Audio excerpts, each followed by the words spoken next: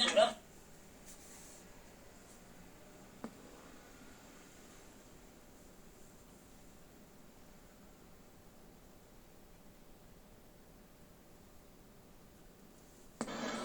Tamu biasa-biasa aja.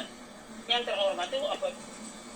Bila kita datang ke rumah, disambut dengan yang punya rumah baru, benar-benar kita sebagai tamu yang terhormat. Bahasa.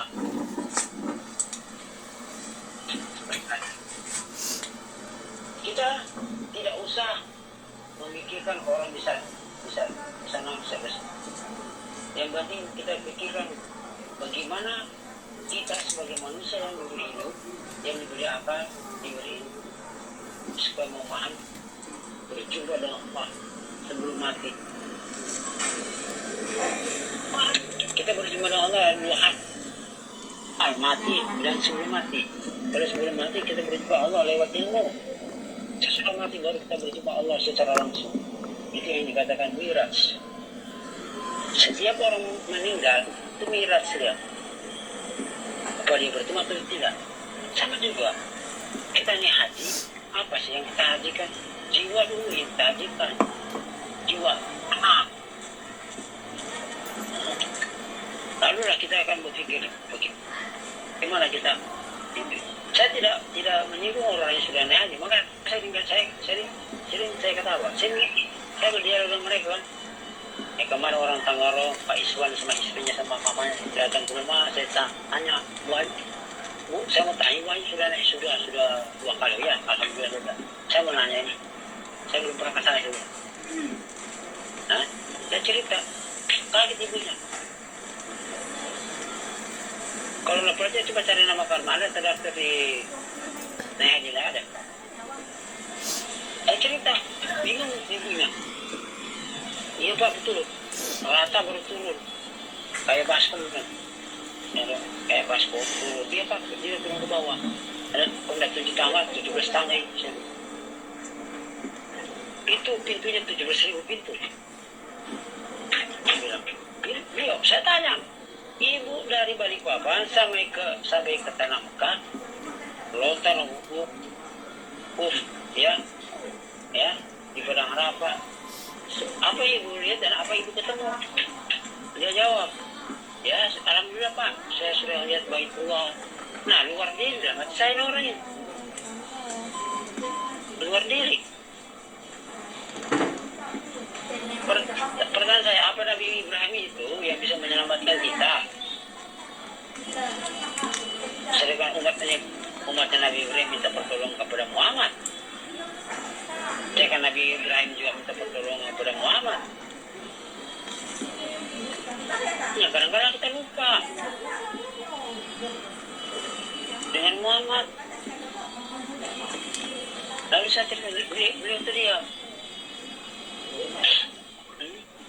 naik begini saya bilang. Dan pernah pergi ke Nabi Ibrahim. Cuma orang sudah naik haji saya tanya di dalam Ka'bah itu apa sih?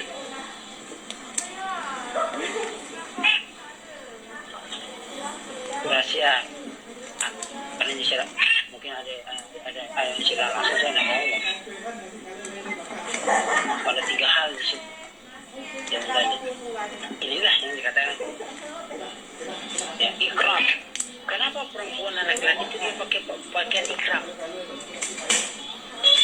Menandakan bahwa kita lahir ke dunia tidak punya helai rambut, tidak mempunyai apa-apa, sehingga kita disuruh pakai baju ikram.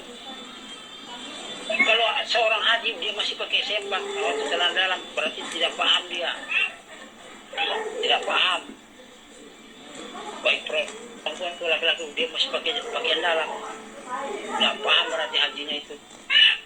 Yang benar itu dia hanya celana, dia polos celana bulat hanya ini dengan kain ikram, itu yang benar.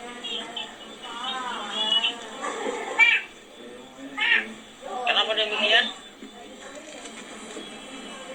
Coba kita renungkan. Kita di dalam perut ibu ada pakai baju kan? Tidak ada. Cuma karena kita yang sudah dewasa, sudah tua, ada punya adat, punya cara sama, maka dipakaikan kain ikram itu.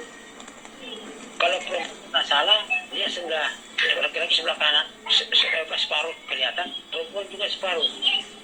Itu melambangkan apa sih? Kalau disandingkan antara laki-laki dan perempuan melambangkan apa itu? Melambangkan ajar saat nah, gini nah.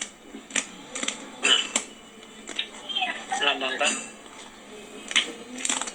Coba orang naik haji itu dia pakai kain ikram itu kan, selain yang separuh, perempuan juga punya. Itu, wah hakikatnya kita sudah haji dalam perut ibu. Nah, kita masuk ke dalam Baitullah, ke dalam rumahnya Allah pada waktu kita dalam perut itu. Keluar dari Baitullah, mencari lagi Allah di Baitullah di Mekah. Sudah ketemu kan? Berarti lepas dengan ayat Arab 102 alas kebudumiku kalau ala saidna terjadi dialog antara bayi dan Tuhan. Ya benar engkau Tuhanku, aku naik saksi. Nah, sebenarnya tadi orang naik haji dari Indonesia ke Mekah itu panggilan. Orang bilang panggilan ilahi atau panggilan Allah. Tamu ya Allah. Oh, sudah ketemu sama yang punya rumah. Ayo. Maka saya bilang, orang sudah menerima bayat ini, kalau dia mungkin aja, ya buktikan aja lah. Kalau perlu di depan Ka'bah tempelin orang, saya mulai dibalas tempelin kan. Tapi saya tidak mengajarkan ya. Bisa bukti tempelin orang aja. Lalu nanti kalau berbuat sana dibalas. Tempelin aja sekali kenapa? Mau lihat siapa yang mau balas?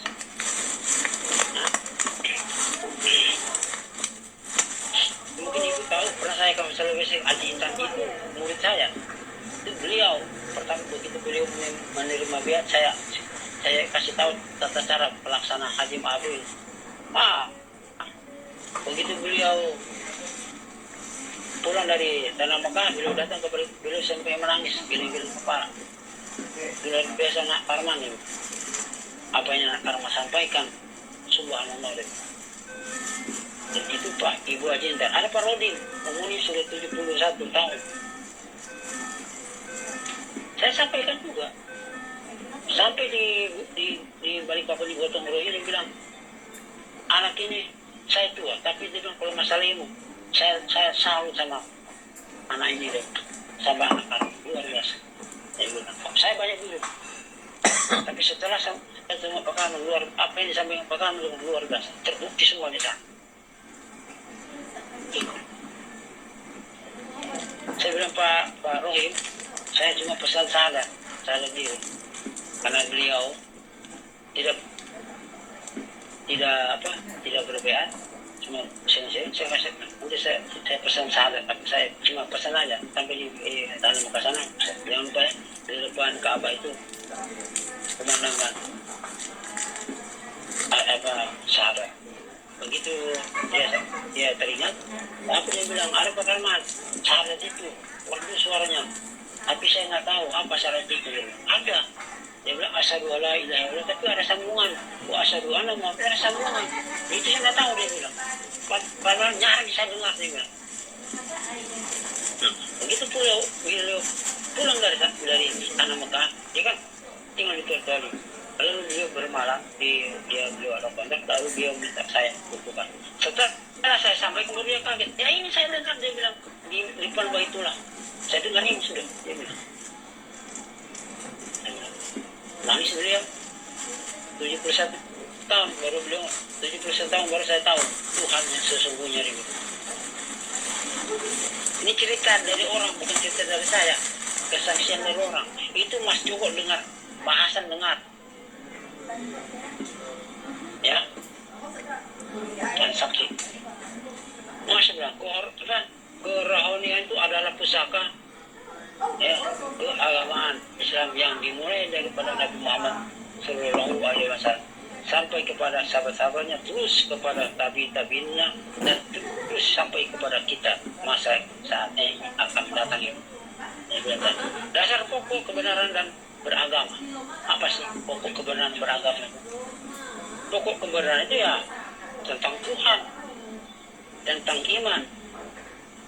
Beragama itu aturan sopan dan santun. Arti sopan dan santun itu pada waktu kita beribadah, ya, ini nyatanya mohon maaf, ya, manggil orang satu teriak sampai kedengaran radius sampai 300 meter, teriak-teriak. Saya tidak menyinggung siapa-siapa, tapi kadang-kadang saya heran juga, siapa yang dia dengarkan? Jelas manusia yang dia dengarkan. Tetapi kalau kita sebagai beriman yang benar, beragama yang benar, sopan, santai, alunlah, ajan kita alunkan supaya orang lain itu mendengar, tertarik, enak. Saya pribadi sebagai muslim juga, rumah saya dekat masjid, kalau nyari saya berserah, saya tidak senang. Jujur saya bukan saya menantang kayak ajan, bukan, saya tidak senang kalau nyari. Kalau suaranya setengah itu membuat orang jadi tersentuh.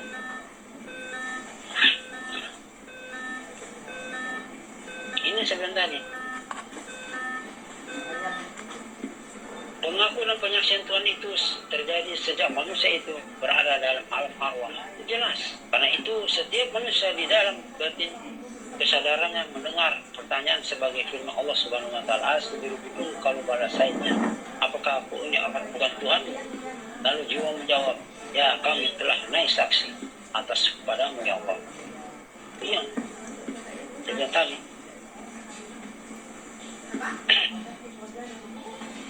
Jangan lebih lagi saya bilang, ya, saya terus saja, saya senang mendengar hal begitu. Tapi kalau sudah kelewatan, tidak jadi senang. Ya, malu kita sama orang lain, malu. Padahal lebih kita mengajar adab, sopan, santun. Coba bapak-bapak, kalau bapak memang dekat-dekat di masjid, coba bangun subuh itu paling ribut siapa? Kita. Oh, lari. Padahal secara adab, ya, bisa kita bangunkan musola, bisa kita bangunkan masjid setelah sudah tiada lagi terdengar azan. Itu adabnya Nabi Muhammad mengajarkan kepada umat. Apa yang terjadi sekarang? Jarak 100 meter, 50 meter, 20 meter ada. Nah, mereka lupakan ajaran Nabi Muhammad. Saya bilang, karena agama itu beradab. Beradab pada diri sendiri, beradab kepada orang lain. Itu benar-benar dapat. Sebentar ya. Coba, saya kalau setiap suku saya dengar, luar biasa di sini. Yang aneh, apa yang dicari? Lalu Allah mengatakan, "Hai hambaku, aku maha mendengar, maha mengetahui, maha melihat. Tidak perlu kayak teriak-teriak." Lalu, padahal umat Islam sudah tahu waktu tibanya sholat itu. Sudah tahu. Sudah tahu. Kalau saya mau ceritakan kenapa umat Islam harus pakai beduk, panjang ceritanya itu Pak. Sekarang beduk hilang, diganti dengan toa. Tidak ada. Sejak zaman Nabi memang ada beduk itu, tapi sekarang hilang. Tergerus dengan apa? Modernisasi, lupa dengan asal muasal. Ini yang kalau kita sudah sampai paham ke situ, Bu, benar-benar kita naik haji sudah.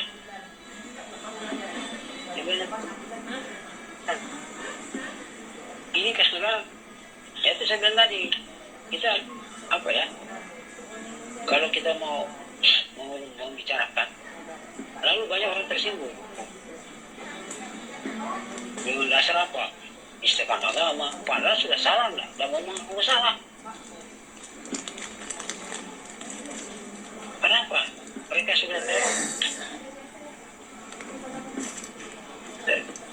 kayak orang kita bilang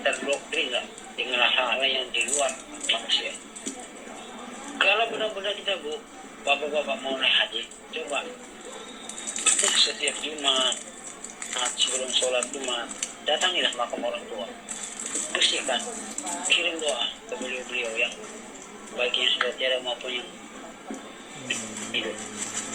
Satu saat nanti ada, tanpa kita mengharapkan apa-apa, nanti akan ada di sebagai petunjuk kita. Ini yang saya bilang tadi. Makanya kadang-kadang anak-anak saya kalau saya tegur dosa ribut gini-gini, cuma saya bilang tadi. Dan kalau kita sudah paham di sini, Bu, apapun orang mau ngomong, nggak mau ambil pusing, diam aja. Tetapi di dalam diam itu kita, Tuhan akan menampakkan kebenaran. Ingat baik-baik, Tuhan itu tidak pernah salah menilai hambanya. Justru hambanya sering salah menilai Tuhan. Justru hambanya sering salah menilai sesama hamba. Itu sebenarnya tadi. Kalau Tuhan tidak pernah salah menilai, karena dia adalah kebenaran. Tuhan itu lambang kebenaran, lambang keilmuan, lambang kekuatan, dan lambang kehidupan. Tanpa Tuhan kita tidak bisa apa-apa. Tetapi kadang-kala kita sebagai manusia lupa akan kebenaran Tuhan. Dan ancaman Tuhan itu dianggap sepele. Yang anggap sepele. Saya sudah umur 60 ini, saya merenungkan. Dulu saya mau glamor, hidungnya hitam. Ini saya berbulan saya ngomong. Tapi ada satu anak muda yang menegur saya, tersentuh. Dia cuma anak muda, Arman, sampai kapan kamu begini? Kata-kata itu yang saya pegang. Ya bisa juga. Sampai kapan?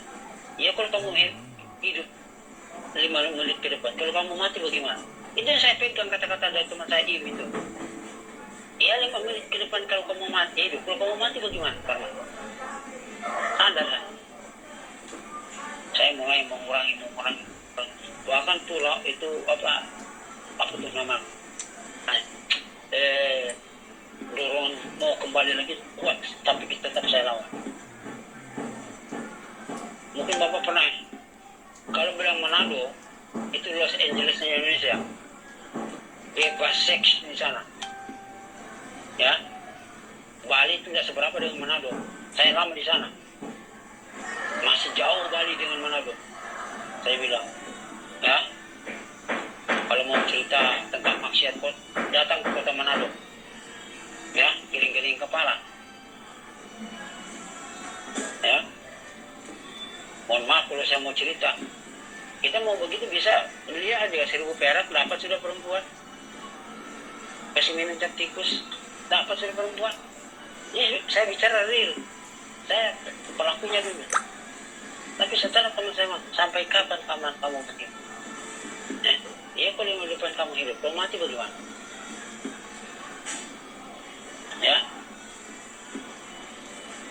dulu bahasa, ini saya cerita pengalaman, dulu bahasa, nanti sekarang bilang pak, dulu kan diskotik, istilah dulu diskotik, saya masih keluar di situ, nah enak lagi sudah, lama saya, selama orang tua tidak tahu, masa saya tidak kaget lagi kalau begitu tidak kaget saya, kenapa saya sudah mengalami. Ya, minum di pinggir jalan, masuk ke lokasi-lokasi yang tidak diizinkan oleh agama. Pernah saya di situ 1 malam 2 malam di situ, bisa aja. Cuma saya alhamdulillah sadar. Saya bilang tadi, maka saya bilang tadi, kalau bila kita ingin jahat sekali, bila ingin baik sekali, inilah yang harus kita pahami. Tetapi dari keburukan itulah kita akan menemukan kebaikan. Dari keburukan itulah kita akan menemukan kejujuran. Itulah saya bilang tadi. Bohong manusia itu kalau tidak melakukan keburukan kejahatan. Saya bilang tadi. Tapi itu tidak akan sadar. Saya bilang. Nah bagaimana kita depan kita mau jadi haji yang benar, haji yang mampu. Ya itu saya bilang tadi. Inilah kedua orang tua. Lalu Bapak Ibu dan Bapak bagaimana pola Pak Karman menghajikan orang tua? Saya 2 hal. Pertama saya duduk sini, kadang-kadang saya tidur sendiri di luar. Sebelum tidur saya duduk, saya kira alam Fatihah. baru saya usap muka saya usap badan ke seluruhnya. Saya berkata, terima kasih ya Allah, terima kasih ya ibu dan bapak telah melahirkan aku ke dunia ini. Ini pun saya mau ngomong nangis kalau saya ingat orang tua saya. Kalau kita sering diingatkan sama Allah, mudah-mudahanlah hati kita tentram, tidak ada dendam. Maka saya bilang sama anak saya, sama laki-laki lain, kalau kamu sifat dendam tidak baik, justru dendam itu menjerumuskan kamu ke jalan api neraka. Saya bilang sama anak saya, ya, tidak baik. Sudah banyak fakta, saya bilang. Nah, bagaimana ke depan bu kita di akhir kehidupan? Kita akan pulang ke rahmatullah tuh. Begitu sempurna. Ini saya bilang tadi. Pahami, sayangilah kedua orang tua. Syukur orang tua masih hidup. Baru orang tua satu. Lebih syukur lagi kalau kedua orang tua kita masih hidup. Nah seperti saya ini, orang tua saya terakhir. Tetapi tetap saya bersedia dengan beliau. Walaupun saya kerja, saya duduk sejenak, saya memilih anak PH.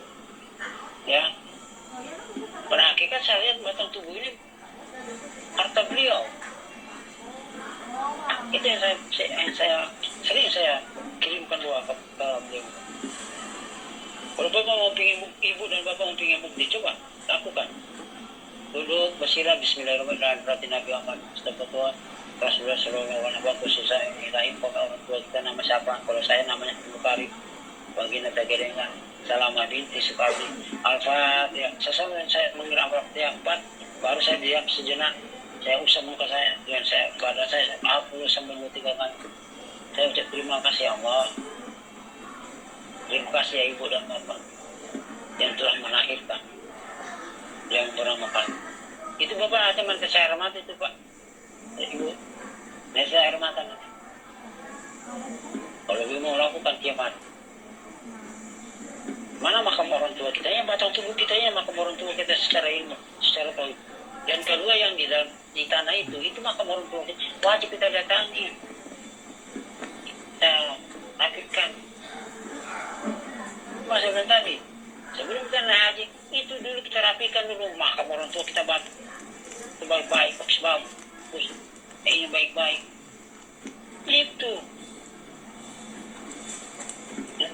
Sama juga tiap tahun apa? Kalau orang bilang haul, apa? Wah, banget. Murid saya 4 kirim ke sana ke Banjar. Setelah saya berdiam, tidak mau lagi ke sana. Nah, kamu menghaulkan kiai, kiai itu yang melahirkan kamu. Mohon maaf, bukan saya menyinggung. Saya kasih perempuan, kiai itu kayak yang kita menghormati, tapi bukan begitu caranya. Saya bertanya, seorang kiai dengan orang tua mana lebih tinggi derajat? Ya orang tua kita lebih tinggi lah derajat. Saya bilang, saya begitu sama teman-teman. Kamu datangi kuburan orang tua kamu haulkan itu. Daripada kamu kesalah, mau biaya banyak, ratus jutaan, itu apa? Saya bilang, baru makam orang tua kita lewati. Sama juga contohnya, orang yang naik haji. Makam orang tua kita tinggal, pergi ke sana. Ayo.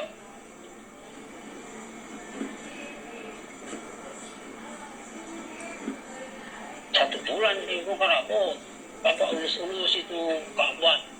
Ini orang tua, kuburan orang tua kita dekat setahun sekali. Kalau mau datang, bagaimana mau jadi harimau? Lalu orang tua bilang, anda itu orang tua masih hidup, anak durhaka dia bilang. Anak tidak tahu berterima kasih, sudah dilahirkan, namun tidak mau sama orang tua. Itulah. Kadang-kadang kita ini jadi melingkungan modern, tidak sadar. Ya, terpengaruh dengan teknologi. Apa sih arti canggih? Calon gila. Maka itu kita dibuat gila tentang keduniaan.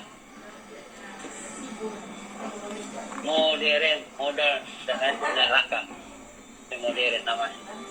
Ada modus manusia dusta. Itu hanya hati.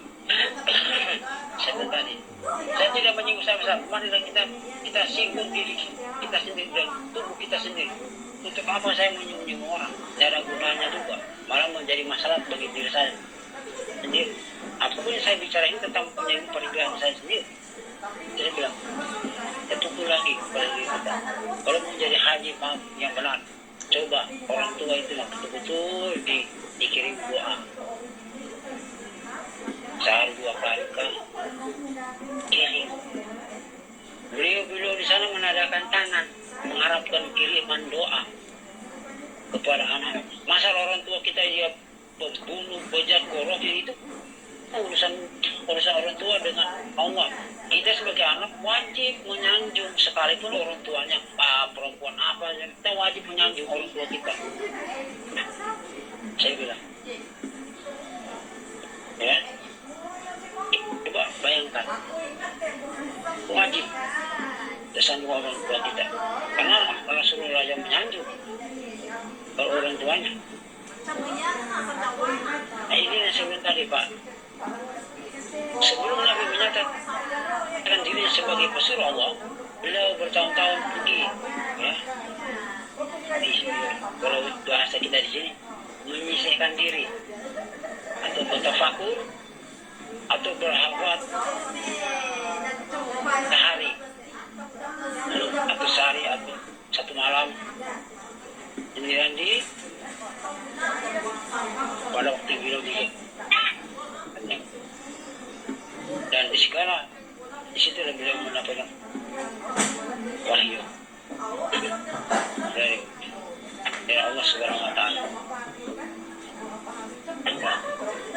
Karena Nabi Muhammad dilahirkan untuk memerangi kejahilan, menerangi dari alam kegelapan dan alam benderang. Apa arti alam kegelapan? Tidak punya adab, masih zaman-zaman dahil, ya. Zaman jahil kan zaman tidak punya adab. Perempuan dijadikan pelampiasan nafsu. Maka mau dilahirkan untuk memerangi alam kegelapan dan menjadikan alam terang benderang, atau alam terang benderang itu alam kebenaran, ya. Tapi saya pesan bahwa alam ini alam syahadat, alam semesta ini bersyahadat. Yang maksud saya menyatakan alam syahadat, alam syahadat itu bersyahadat. Mungkin ibu-ibu dan bapak-bapak ingin mengenai haji, silakan, tidak apa-apa, saya tidak melarang. Apa yang saya sampaikan hari ini, kalau ibu lihat mengenai haji, nanti saya akan buktikan,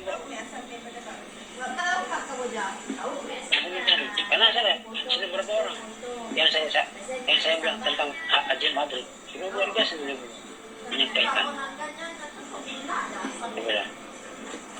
Begitu kita sampai di Tanah Mekah, turun dari tangga pesawat, apa yang kita ucapkan di situ? Itu kita ingat Tanah Mekah atau di lapangan air Al-Quds, apa yang kita salah, apa yang kita ucap? Itu kita masuk ke Baitullah atau Mekah, apa yang kita di situ? Begitu kita lihat apa yang kita lagi ucapkan di situ, itu ada semua itu. Ada. Kalau mau ingin tahu, mau jadi haji mabrur, ada. Ya, apa yang saya sampaikan pernah saya sampaikan kepada orang yang mau haji, dan beliau memang menyatakan benar bakal ngomong bukti. Lalu begitu dia bertawaf juga, dia melihat dirinya di atas, ya, bersalah melambaikan tangan, tersenyum, digambarkan. Tadi. Apalagi, kenapa saya bilang tadi, laki-laki perempuan digunting. Karena ada duanya itu mentahalukan, ya. Ini saya bilang tadi Pak kepada kita ini sudah haji secara hakikat, secara tauhid, secara ilmu, tapi secara jahiliyah kan belum, secara umum lah, secara pemerintahan belum. Tidak usah berkecil hati Bu, sah. Nah, kita sudah haji 9 bulan 10 hari kita sujud bertawaf di perut ibu, sholat bertawaf di dalam perut ibu. Itu namanya saya bilang tadi. Nah, lagi mudah-mudahan Allah kita ini diberi tunjuk, ya. Jangan kita terpaku dengan hal-hal yang suatu nama. Contoh merek susu itu berbanyak, ada susu bendera, Denko, Milo dan segala macam. Kadang-kadang orang berpegang di merek, merek ini bagus, bendera, tapi bendera Indomil kah bagus, bagus. Tapi lupa dengan bahan bakunya, yaitu susu. Sana juga air, ya, ada air mineral, aqua desi dan lain-lain. Tapi mereka mati-matian memegang merek, tapi lupa dengan dasar air. Ini isu itu kita kalau berpegang, kita tidak akan sampai. Tidak akan sampai kita berpegang ke suatu nama itu, tidak akan sampai. Tidak. Dan kita harus pegang itu pada pokok dasar, yaitu asal bahan itu yang harus kita pegang. Seperti sebenarnya tadi Muhammad itu ada awal, ada akhir, ada jahil, ada batin. Nah orang bingung, mau awal yang mana, mau akhir yang mana, mau jahil yang mana, mau batin mana, bingung. Kita tidak usah bingung, itu perjalanan ilmu supaya kita lebih peka. Kenapa dikasih begitu? Supaya murid cerdas. Oh jangan-jangan ini. Nah itu maksudnya. Sama juga haji. Haji plus, haji apa itu lagi? Haji mabrur, haji umroh, bingung. Oh, saya mau naik haji, lupa dengan batang tubuh, lupa dia dengan batang tubuh. Bahagia dia, saya mau naik haji. Si batang tubuh dilupakan. Ayo, ini kadang-kadang waktu saya itu ketawa sendiri saya. Kalau kalian sudah paham, kalian mulai gerak-gerak, orang itu ketawa sendiri, tuh, tawa nanti kalian. Benar juga karena mau ngomonginnya. Nah, sudahlah. Padahal kita itu harus kita bisa. Contoh kita makan. Siapa yang mau makan? Yang pingin itu. Kedua-duanya. Batin sama jahil. Kedua-duanya yang pingin. Bukan cuma batin, jahil juga pingin. Kan gitu. Kalau saya bilang kadang-kadang saya ketawa sendiri.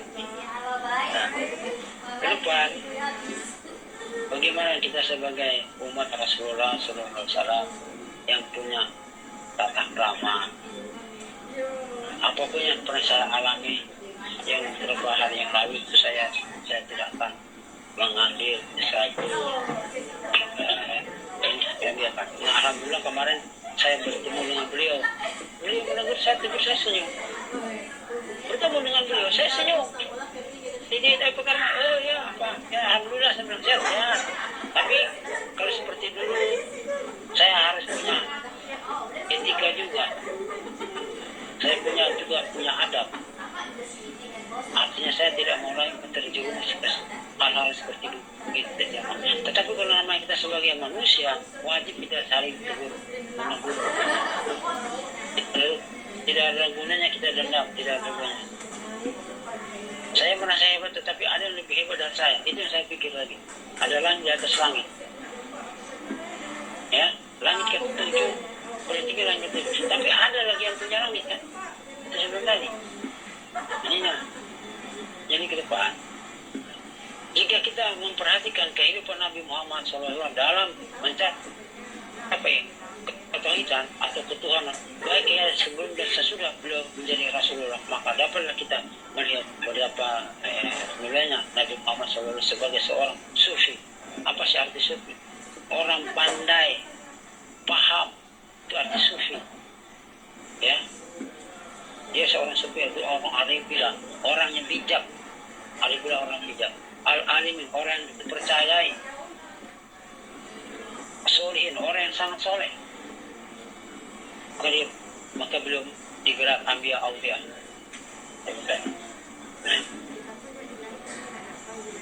Pada satu hari kan Nabi Muhammad SAW terletak berbaring di atas pohon tikar dan daun kurma.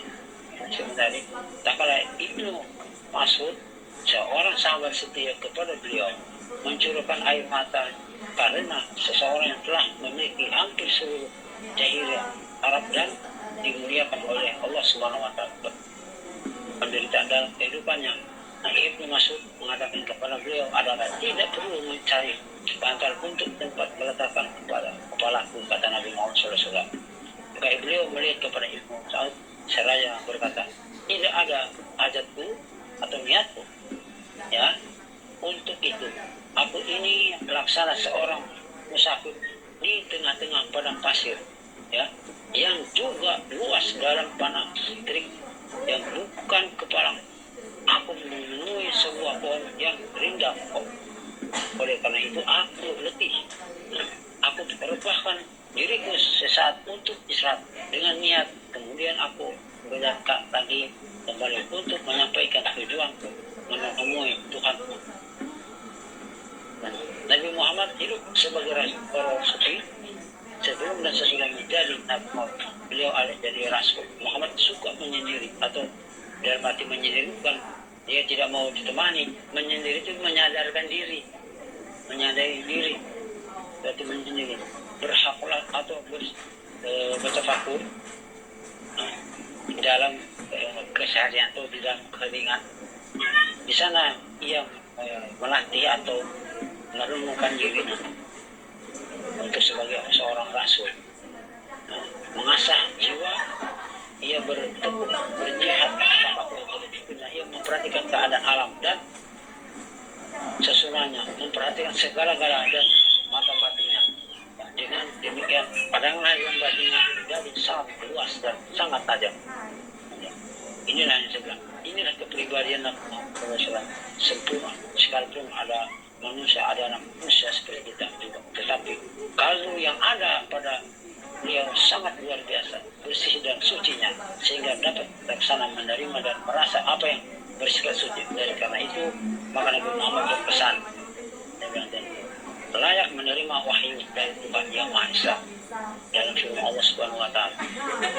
Ini yang kita tidak akan tahu. Sebentar.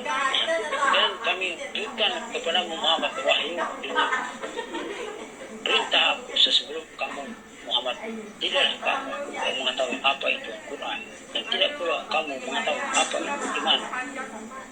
Tetapi aku jadikan Quran itu sebagai nur cahaya yang aku beri petunjuk dengan engkau, dan dia siapa yang kamu hendaki di antara kamu diberi petunjuk kepada jalan yang lurus. Wahyu yang diturunkan kepada Nabi Muhammad SAW, wahyu sejak perintah baca Iqra sampai perintah sujud, sujud dan watarik atau waktarik, mendekatkan diri kepada Allah Subhanahu wa taala, tidak lain isinya daripada ajaran-ajaran didikan Quran yang diturunkan oleh Allah SAW dalam hidup kerohanian. Nah, inilah yang harus kita pahami supaya kita bisa apa sih?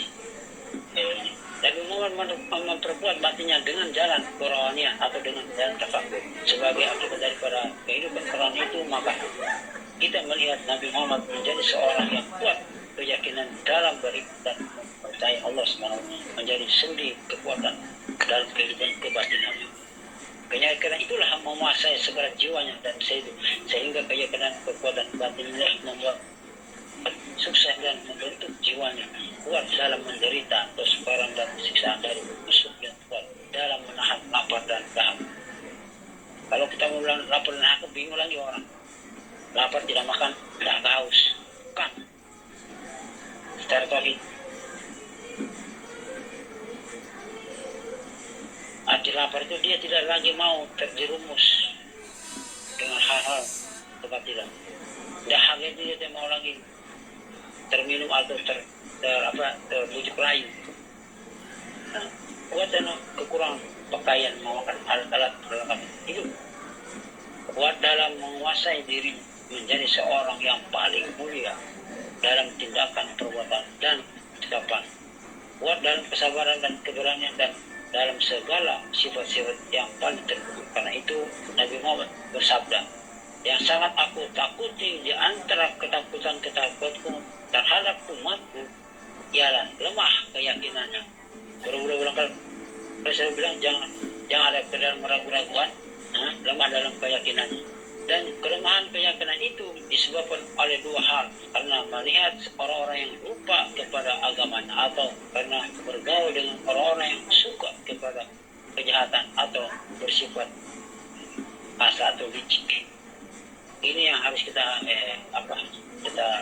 untuk itu maka pada masa Rasulullah dengan sengaja beliau mendirikan di samping Masjid Madinah ruang khusus sebagai tempat tinggal dan didik dalam ilmu kerohanian dalam ilmu agama untuk sahabat-sahabat Nabi Muhammad yang mengikuti dalam perjuangan dan pembangunan Islam yang dimaksud dengan sufah atau sawiyah.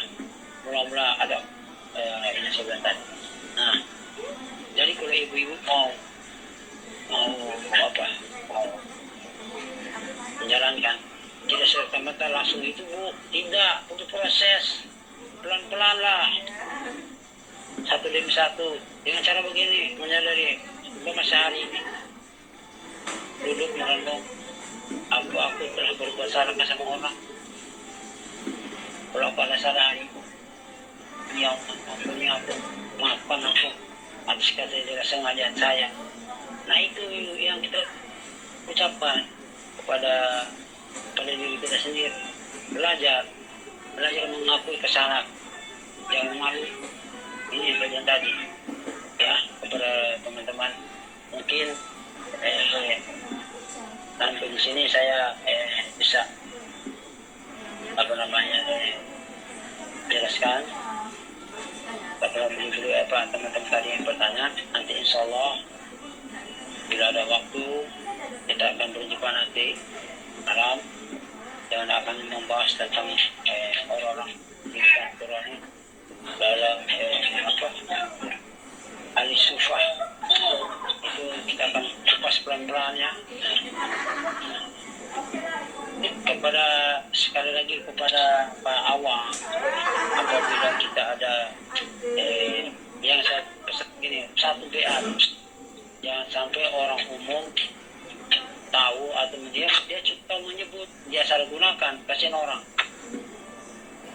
Itu yang sering saya sampaikan ke teman-teman.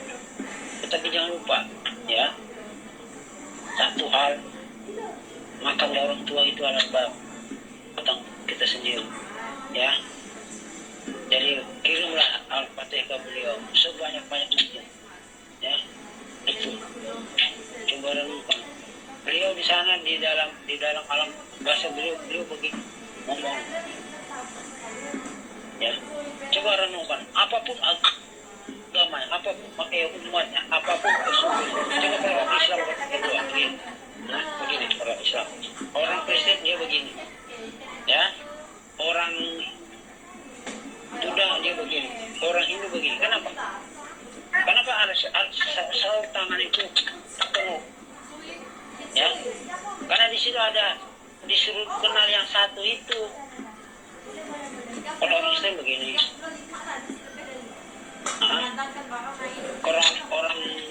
orang Buddha begini, orang Hindu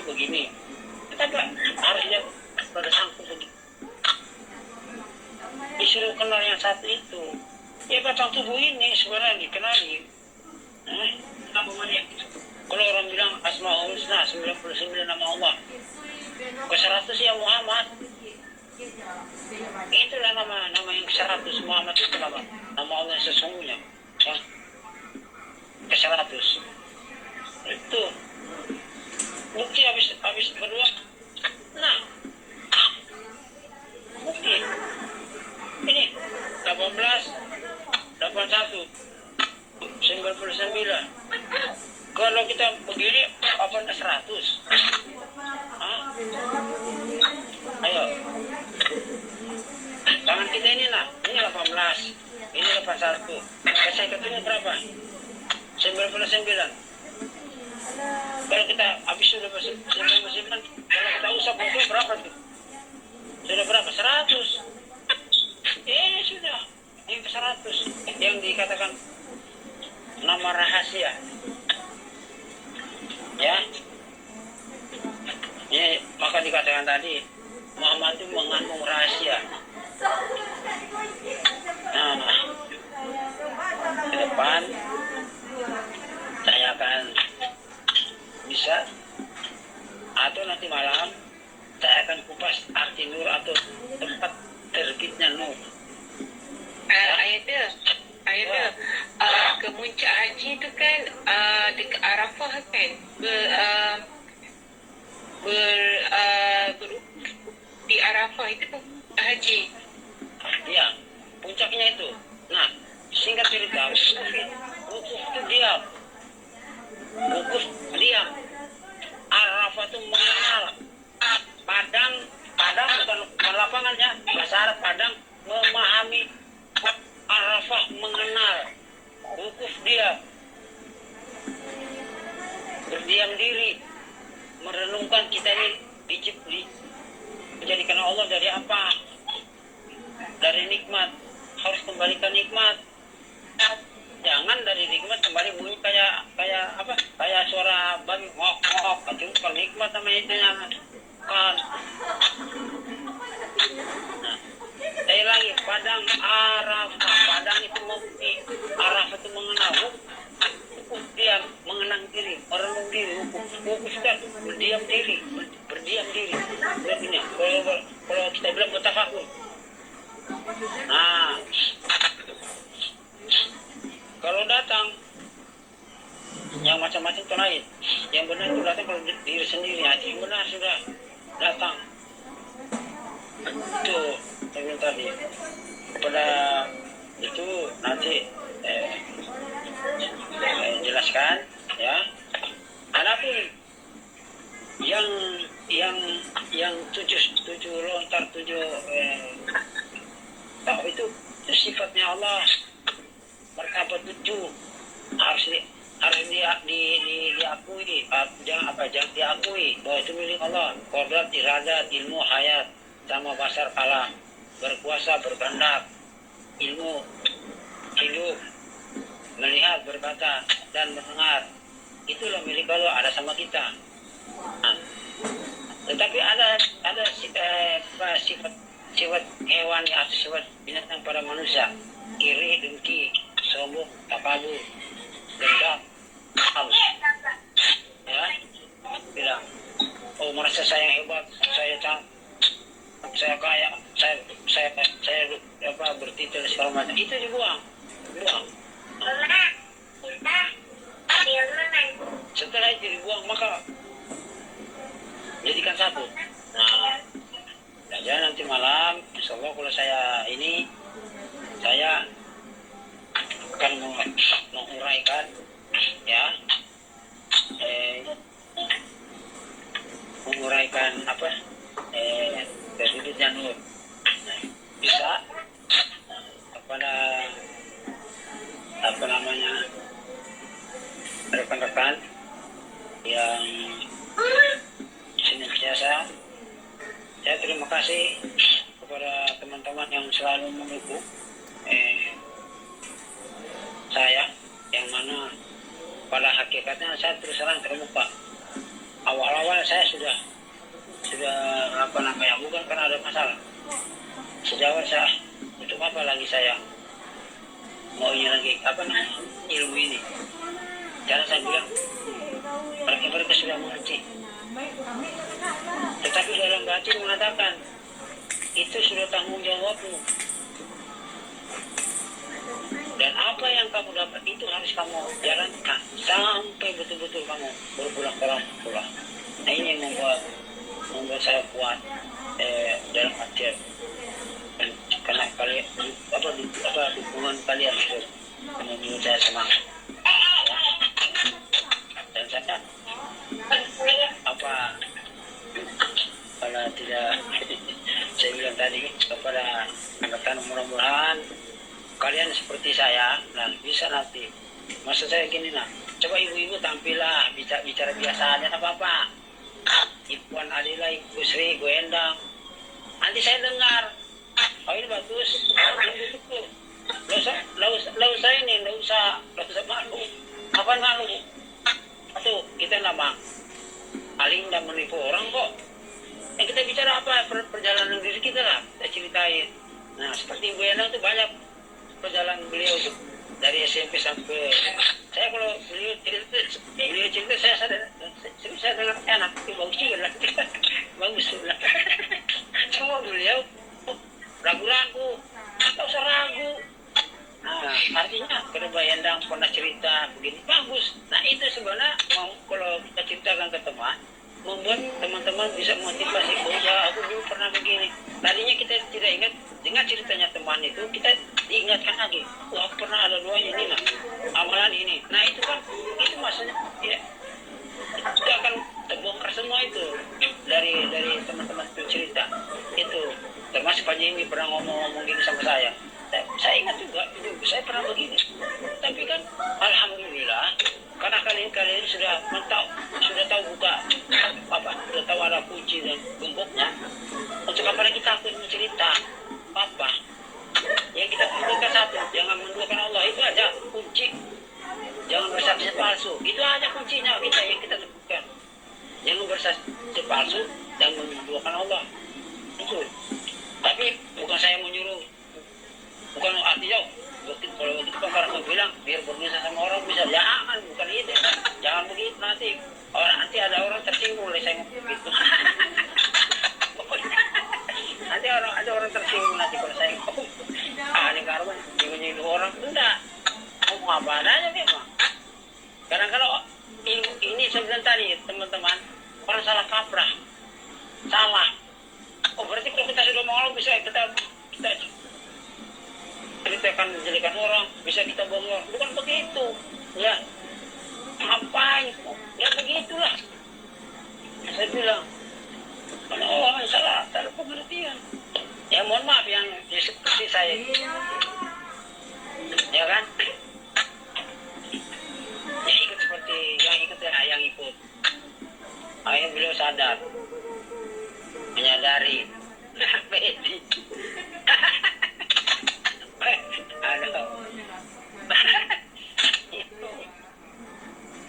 bisa begitu kita jangan begitu, bisa jangan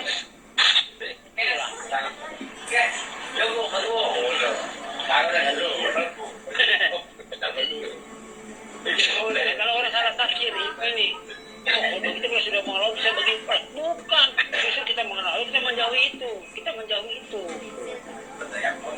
Tapi namanya tanggung jawab, tetap tanggung jawab ya. Itu sebesar saya harapan mudah-mudahan ya. Ini kalau saya lihat ya, kayak Bedi, Pak Ibu Sri, Pak Puan Adila, Tim dan lain-lain itu memang sudah sudah tahu. Cuma kan ngomong nanti saya disalahkan, pasti ada berkata begitu, nanti saya disalahkan. Nah, jangan begitu lagi, jangan. Saya tahu. Oh, saya ngomong nanti disalahkan, jangan ada pikiran begitu.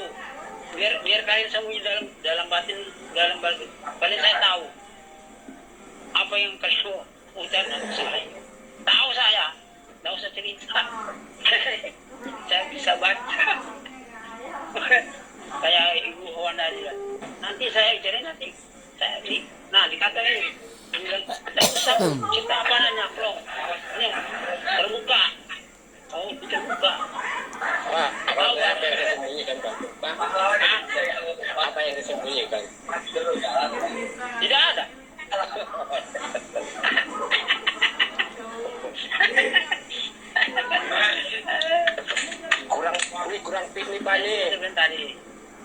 dengar suara aja deh. Kurang fit sama. Ini Pak minum kerating daeng sama botolnya. Buat itu.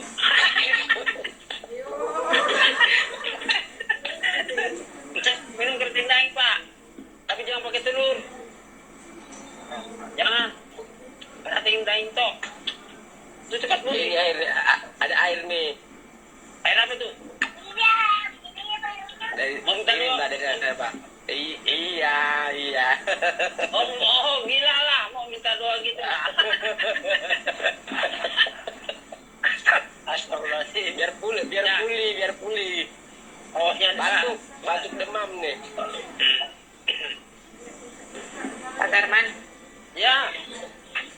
saya baru Lagi minta obat nih. Oh iya wes, dilanjut dulu Pak.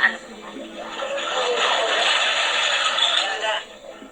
Udah Pak. Udah diminum ya. Minum aja. Siapa bilang buang ya? Minum lah sampai sekarang. Bilang buang ya minum.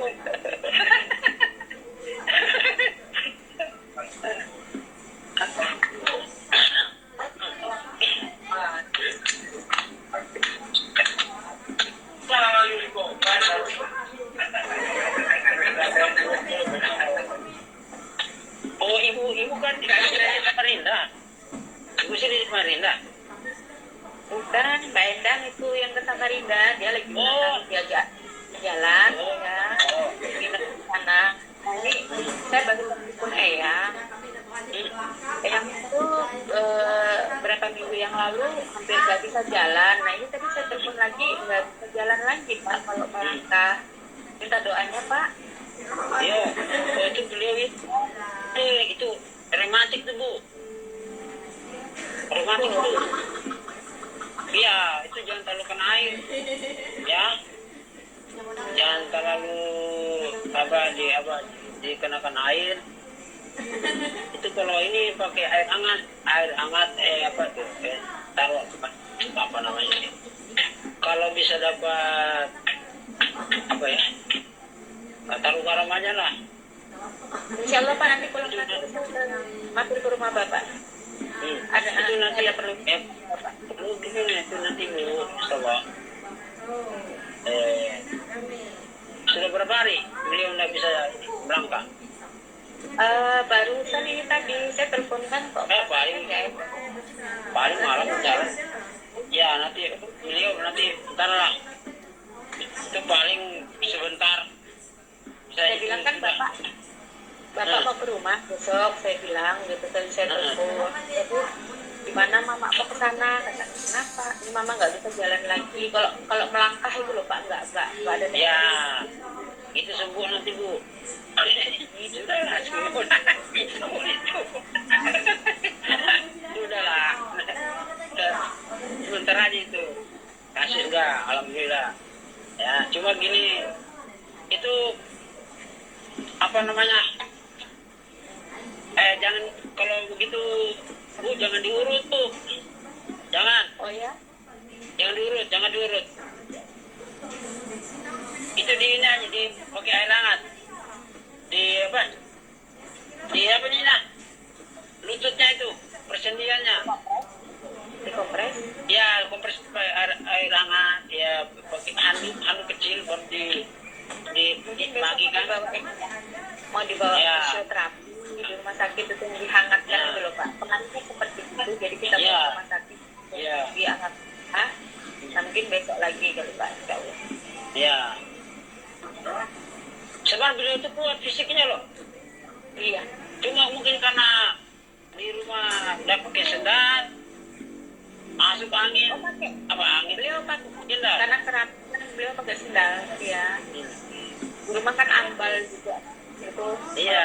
Jadi dari ruang tamu ke belakang ke dapur ruang tamu dia pakai sendal.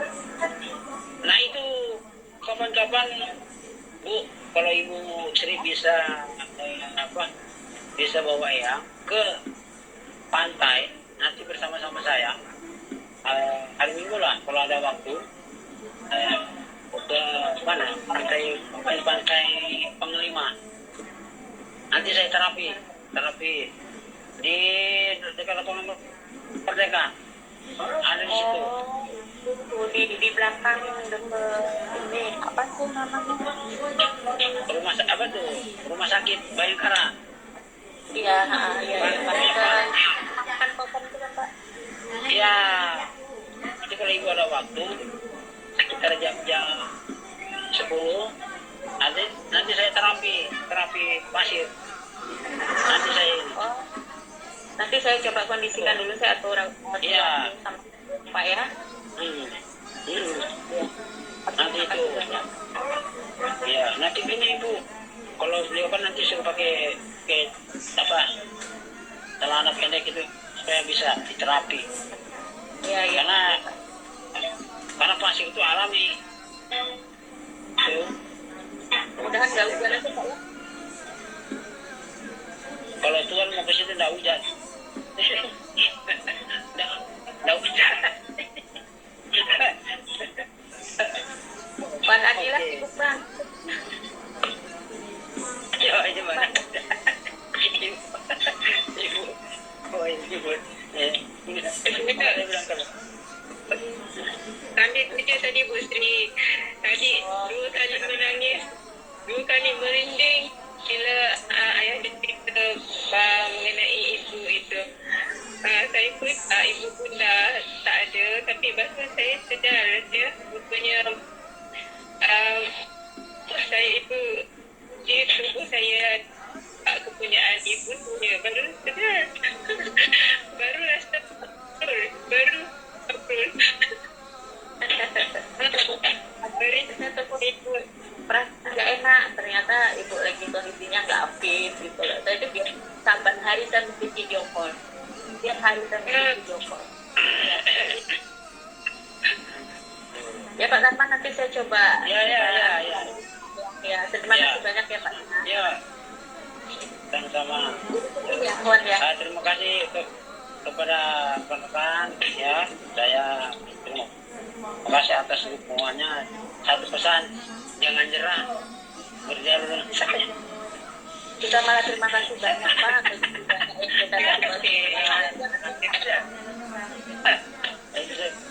Saya bilang tadi, makanya orang-orang di kerjaan tadi bingung, siapa-siapa tuh Pak Karman? Saya bilang saudara semua. Orang di kerjaan tadi. Bagaimana Pak Jimmy? Iya, terima kasih banyak Pak Karman. Nggak usah bilang Pak, nggak usah bilang terima kasih. Cukup sekali aja sudah terima kasih. Mana wajahnya Pak Jimmy? Wajahnya nggak kelihatan. Umpat. Tuh.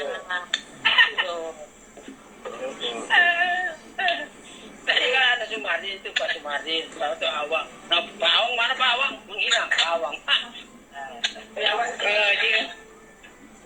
Dia sudah keluar dari sini saja. Ya. Saya bilang, benar. Karena ya Bu, mudah-mudahan saya bisa diskusi lagi ya. Tadi gimana? Saya akan mengulas tentang